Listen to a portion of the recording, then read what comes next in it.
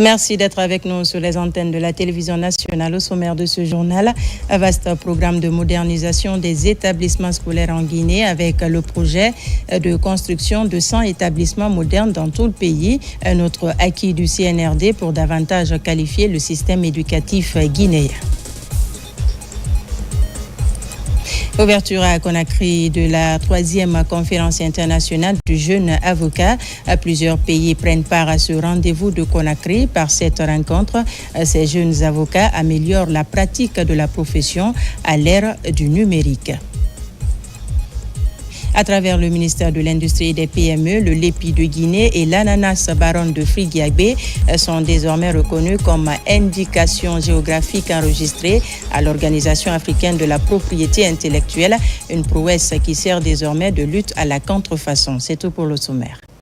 Bonsoir et vous êtes les bienvenus. À la une de l'actualité ce soir, à poursuite de la tournée de remerciements du Premier ministre à l'intérieur du pays, Amadou Ouriba a posé ses valises à Boké. Dans cette région, le chef du gouvernement est venu transmettre le message de gratitude du président de la République à l'endroit des populations pour leur mobilisation lors du référendum du 21 septembre dernier. Compte rendu Ousmane Bangoura. C'est dans une ambiance de liesse populaire que le Premier ministre, chef du gouvernement, Amadou Ouriba, a été accueilli à Boké. Les autorités administratives, les forces vives et les populations se sont fortement mobilisées pour souhaiter la bienvenue au coordinateur national de la campagne pour le oui.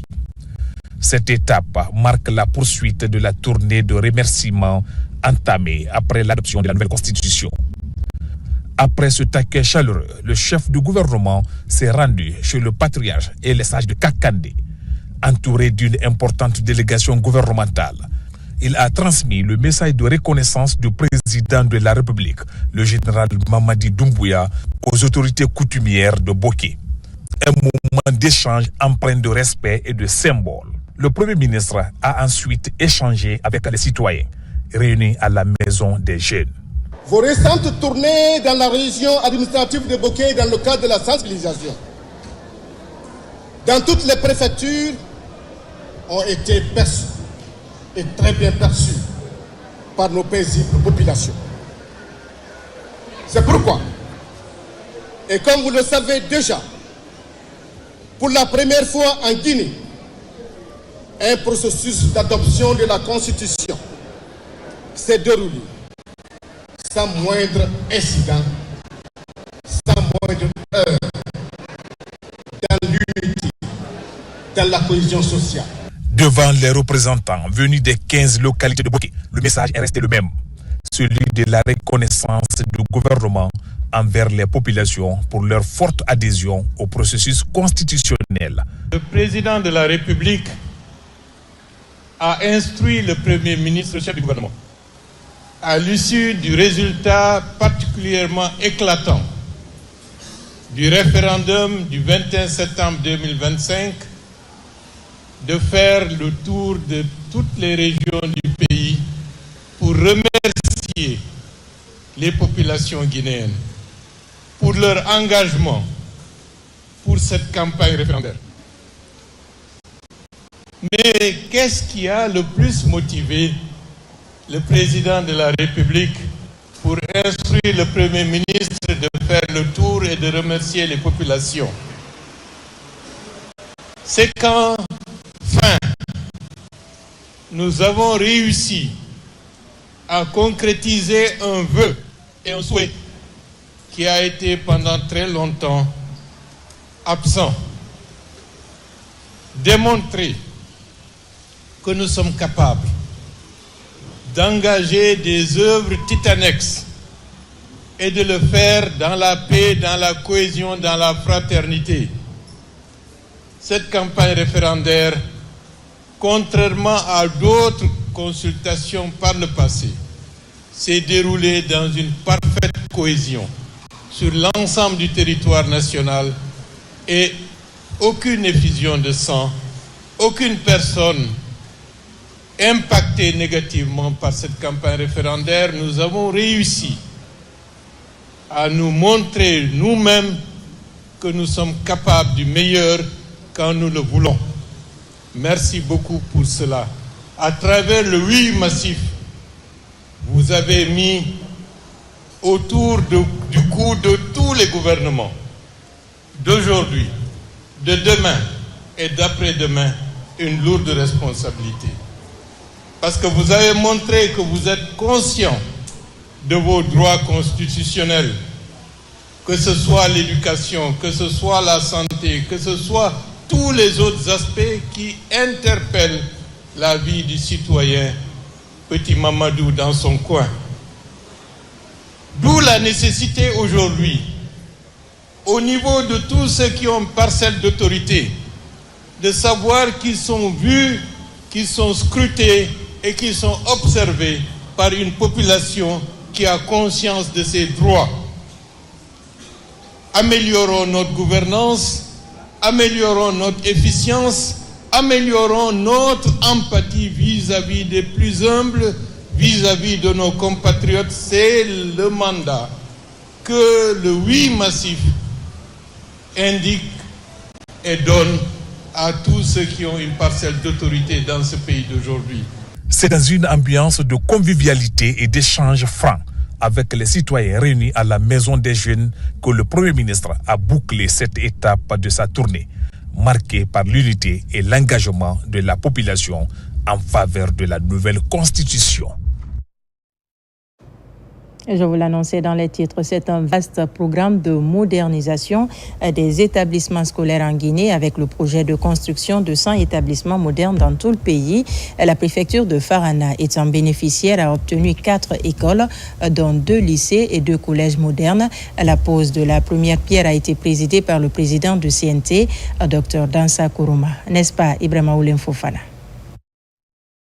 Depuis l'avènement du CNRD, la préfecture de Farana continue de bénéficier de plusieurs réalisations en termes d'infrastructures modernes. Cette fois-ci, c'est le président du CNT, Dr Dansa Kourouma, qui a procédé à la pose de première pierre des travaux de construction de 4 écoles modernes. Cette action s'inscrit dans un vaste programme de modernisation des établissements scolaires dans le pays. Mesdames et messieurs, en construisant ces établissements modernes, le gouvernement de la République, sous la haute clairvoyance de Monsieur le Président de la République, n'offre pas seulement un investissement dans les infrastructures, mais aussi dans le potentiel de chaque élève qui franchira ses portes. Ces établissements modernes seront équipés de technologies nécessaires pour préparer nos élèves aux défis du XXIe siècle. Ce projet s'inscrit dans le vaste programme de modernisation des infrastructures éducatives porté par notre département ministériel et mis en œuvre par le Service national des infrastructures et équipements scolaires. Il vise à réduire les inégalités d'accès à une éducation de qualité en dotant toutes les régions du pays d'infrastructures scolaires adaptées, durables, inclusives et résilientes. Ces infrastructures concernent 2 lycées et 2 collèges modernes.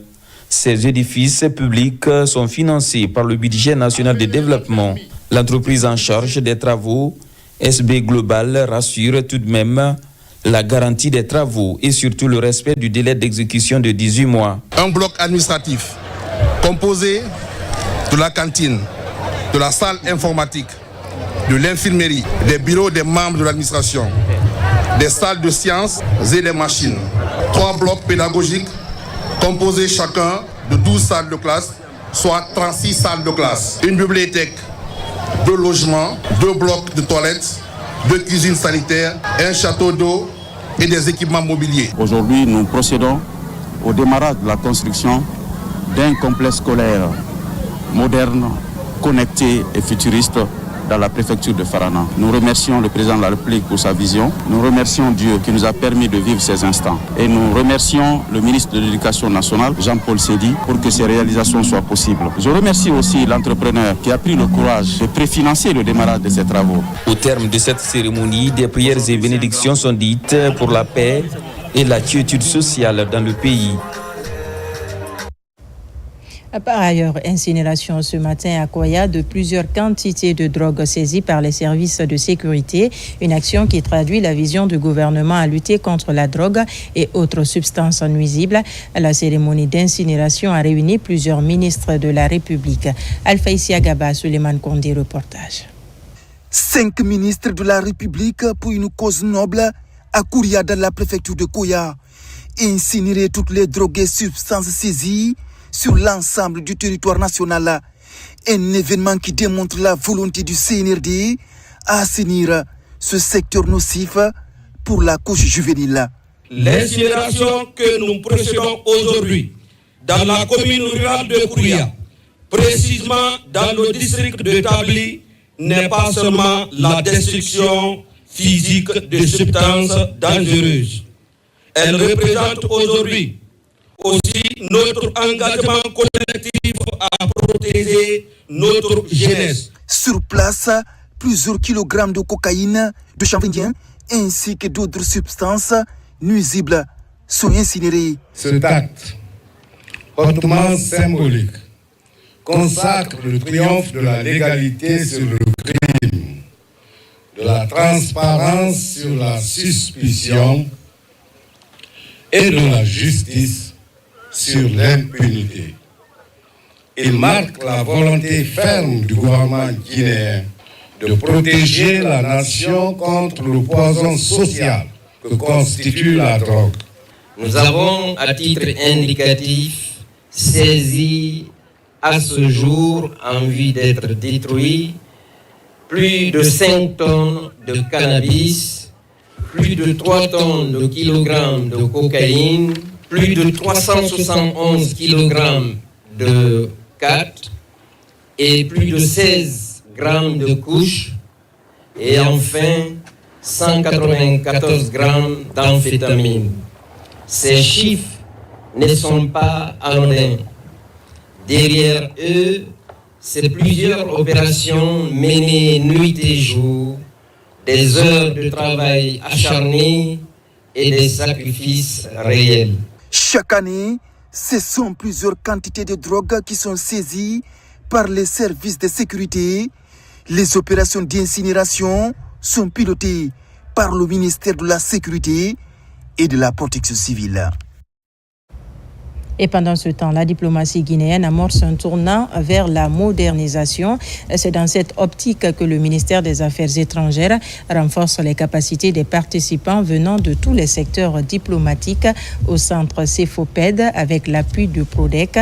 Les participants sont outillés sur les priorités sectorielles de développement. Le point avec Makeme Donzo. La diplomatie prend un nouveau souffle en Guinée. Dans un contexte mondial en constante mutation, le renforcement des capacités des acteurs devient plus que jamais une nécessité. Avec l'appui du PRODEIC, un atelier de 4 jours est organisé au Centre de formation et de perfectionnement diplomatique autour des thèmes priorités sectorielles de développement pour une diplomatie stratégique et partenariat pour la consolidation de l'intelligence économique et stratégique. Les participants seront capables de maîtriser l'identification des secteurs clés de développement national et comprendre comment ils s'intègrent dans une stratégie diplomatique globale, d'acquérir les compétences nécessaires pour promouvoir activement les intérêts du pays à l'étranger et de renforcer la position nationale sur la scène internationale, d'être plus aptes à identifier et à exploiter les nouvelles opportunités de coopération internationale, d'investissement et de commerce pour le bénéfice du pays. Cette formation vise à permettre aux participants de mieux comprendre les rouages de la diplomatie d'influence tout en mettant en avant les intérêts stratégiques de notre pays sur la scène internationale. Depuis le 5 septembre, notre diplomatie a commencé à vivre une transformation radicale. Elle n'est plus simplement un instrument de représentation ou de représentativité, mais un mécanisme qui promeut la croissance en étant attentive à nos ressources économiques, technologiques et culturelles. Et bien entendu, à travers la mise en œuvre du grand programme de la vision du chef de l'État, le programme Simandou 2040, les diplomates de la Guinée doivent faire preuve d'excellence, de rigueur, tout en étant toujours réactifs et proactifs. Face aux défis géopolitiques et aux mutations globales, la Guinée entend repositionner sa diplomatie comme un véritable levier de développement, d'influence et de coopération régionale et internationale. Justice et c'est parti à Conakry pour la 3e conférence internationale du jeune avocat, une initiative de la Fédération des associations et Union des jeunes avocats, l'Association des avocats de Guinée et le barreau. Plusieurs pays sont représentés à ce rendez-vous de Conakry. L'intelligence artificielle, le foncier sont entre autres thématiques abordées. Ces jeunes avocats améliorent la pratique de la profession à l'ère du numérique. Tierno Younoussaba. Après le Burundi, Rwanda, c'est au tour de la Guinée d'abriter la conférence internationale du jeune avocat. Elle se tient sous le thème « La Fédération africaine des associations et Union des jeunes avocats ». 15 ans après, entre regards croisés et perspectives, il s'agit de dresser le bilan et de se tourner vers l'avenir de la fédération. Nous avons choisi des thèmes spécifiques et d'actualité. Aujourd'hui, quand on parle de la digitalisation, de l'intelligence artificielle, tous les métiers du monde sont bouleversés par cette technologie. Le droit aussi, le métier d'avocat aussi. Donc ce que nous attendons, c'est que les jeunes avocats s'approprient ces outils. Près de 15 pays du continent et d'ailleurs sont représentés. Un moment de partage d'expérience à l'ère du numérique. Ces avocats et juristes vont donc nouer des relations de collaboration professionnelle devant transcender les frontières entre les barreaux du continent. L'avocat de demain, c'est vous. Vous êtes la génération du numérique, de l'intelligence artificielle, de la mobilité, de l'ouverture sur le monde. Mais vous êtes aussi celle de la conscience et du devoir. Par cette rencontre, les jeunes avocats réaffirment leur engagement à promouvoir l'état des droits et le numérique dans la promotion de l'accès à la justice. Le choix de Conakry pour abriter cette conférence est une marque de confiance et de considération à l'égard du barreau de Guinée. En nous offrant cette belle opportunité, vous avez non seulement honoré notre pays, mais aussi rappelé la place essentielle des jeunes barreaux guinéens dans la dynamique africaine du droit. Le jeune avocat africain doit à la fois être le gardien du droit et l'acteur d'un futur numérique responsable. Sous le leadership du président de la République, son Excellence le général Mamadi Doumbouya, et avec la conduite éclairée du Premier ministre, M. Amadou Ouriba, le gouvernement guinéen a fait du numérique et de la justice deux leviers essentiels de la refondation nationale. Ces deux secteurs se rejoignent pleinement dans la vision Simandou 2040. Cette rencontre est le fruit du partenariat entre la Fédération africaine des associations et Union des jeunes avocats, l'Association des jeunes avocats de Guinée et le barreau. Ainsi, les participants s'inscrivent comme des défenseurs des droits pour l'accès à la justice et l'innovation dans la pratique de la profession d'avocat. En immersion dans plusieurs communes, le ministre de l'Hydraulique et des Hydrocarbures dresse un bilan contrasté de la salubrité publique entre progrès notables et défis persistants. Cette tournée révèle les réalités du terrain, une approche qui se veut pragmatique, mêlant constats sévères et pistes concrètes pour assainir nos villes. Reportage de Mariam Kamara. Kaloum Matam Sonfonia, le ministre a sillonné les communes pour un état des lieux sans concession. Au programme, évaluation de la rotation des camions, analyse de la fréquence de dépotage et recensement exhaustif des points noirs. Un diagnostic précis qui fait ressortir d'importantes disparités entre les communes. L'assainissement ne serait pas au bureau, c'est l'une des activités où on ne peut pas tricher. Donc à Sonfonia, nous avons parcouru la commune avec nos agents il y a une semaine avant d'être ici, parce que c'est la stratégie. Nous déployons sur le terrain des agents du ministère qui viennent évaluer tous les points noirs, les activités, les efforts, mais aussi les lacunes. Et l'autre côté, c'est de pouvoir valoriser les gens qui font ce travail. C'est grâce à ces gens-là que nous tenons bon. Si certaines localités montrent une évolution satisfaisante, la persistance de points noirs préoccupe la délégation ministérielle. Le défi de l'assainissement, c'est un défi qui est énorme. Et en quelque temps, ce n'est pas facile de le couvrir. Mais nous félicitons et nous remercions déjà l'arrivée du ministère qui va aussi nous renforcer et nous aider pour pouvoir éradiquer complètement ce fléau que nous avons dans notre commune Sonfonia. Face à ces défis, le ministre pointe la nécessité de changer les mentalités. Parmi les pistes avancées, la valorisation des espaces problématiques et la formation des chefs de quartier pour une adhésion collective à cette nouvelle vision de l'assainissement. À l'approche de la présidentielle en Guinée, le secrétariat général des affaires religieuses multiplie les efforts pour promouvoir la paix et la cohésion nationale. Ce mercredi, une rencontre a réuni au centre islamique de Donka plusieurs chroniqueurs islamiques. Objectif, renforcer les messages de tolérance et d'unité dans les médias avant, pendant et après le scrutin. Soriba Bangora, Marwan Kamara. Au centre islamique de Donka, les chroniqueurs islamiques venus de différents horizons répondent présents à l'appel des autorités religieuses. Le motif est simple, unir les voix des chroniqueurs autour d'un idéal commun, celui de promouvoir des discours responsables et apaisés dans les programmes radiophoniques, télévisés et en ligne. Qui nous dit de parler sur la paix et la stabilité. Et c'est ça le rôle d'un chroniqueur, surtout s'il est islamique. Nous sommes prêts à accompagner monsieur le ministre secrétaire général des affaires religieuses. Sa nomination à la tête de ce département nous montre le chemin. Et nous encourage à être avec lui. Initié par le secrétariat général des affaires religieuses, cette approche éducative vient renforcer la synergie entre foi et information pour faire des émissions religieuses de véritables actrices de paix dans la société. Leur rôle, c'est comme le rôle d'un imam dans une mosquée. C'est comme le rôle d'un prêtre dans une église.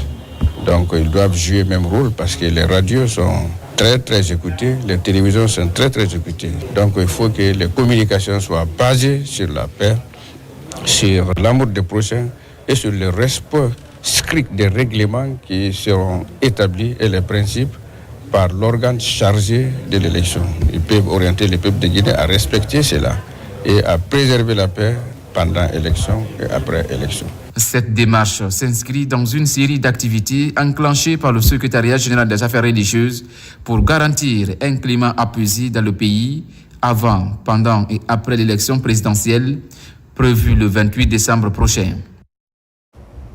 Et cette bonne nouvelle pour la Guinée, après plusieurs années de dur labeur, le lépi de Guinée et l'ananas baronne de Frigiagbé sont désormais reconnus comme indication géographique enregistrée à l'Organisation africaine de la propriété intellectuelle.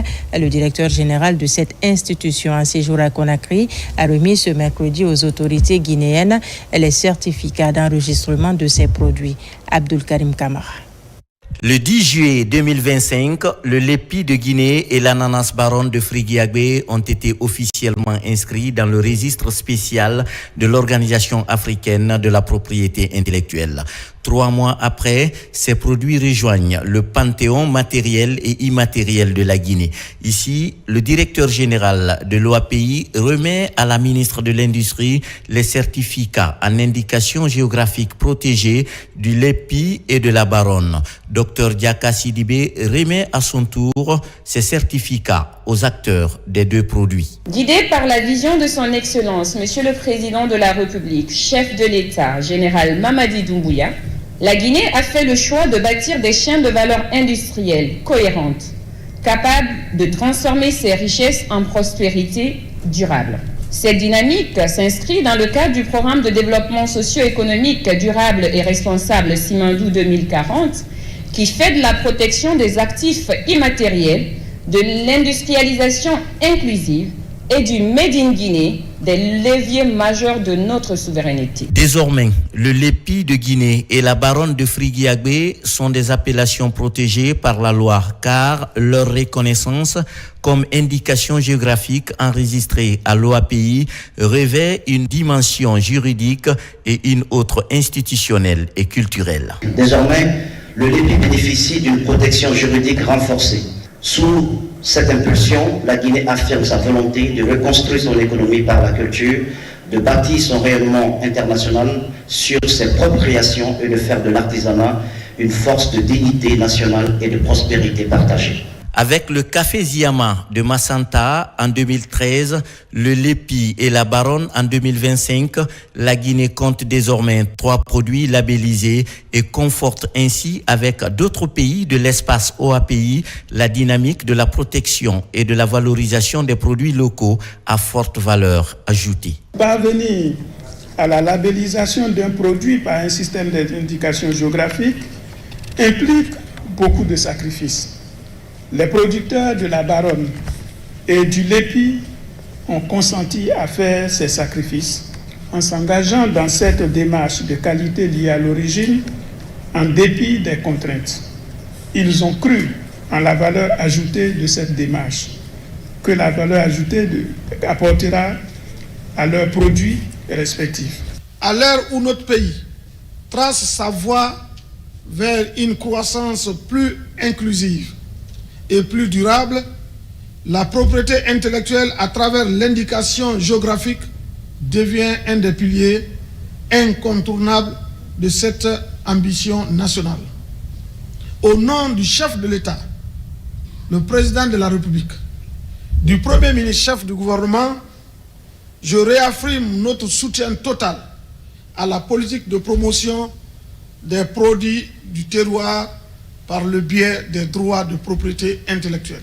Cette reconnaissance marquant le début d'une nouvelle ère, la ministre de l'Industrie et des PME témoigne de l'engagement de son département à se projeter davantage dans un programme national de labellisation afin d'identifier et de protéger d'autres produits à fort potentiel. Et pour finir, l'Institut national de formation et de perfectionnement et la RTG ont entamé un partenariat de formation. La signature du dit accord a été faite entre les deux directions. Le but de ce partenariat vise à rehausser le niveau de formation des agents de ce média de service public. Tierno Maroufba, Sununu Sidibé, Aboubakar Sidiki Souma. C'est une signature qui a tout son pesant d'or. Doit aboutir à assurer la formation et le perfectionnement des agents de la radio-télévision guinéenne. Cet accord stratégique entre le ministère en charge de l'information et celui de la fonction publique à travers les directions de la RTG et de l'UNFP permettra au travers de ce média public d'assurer une remise à niveau en administration pour le fonctionnement de ce service d'information. Cette signature aujourd'hui représente une étape très importante pour nous. En tant qu'Institut national de formation et de perfectionnement, nous sommes au cœur de l'action publique.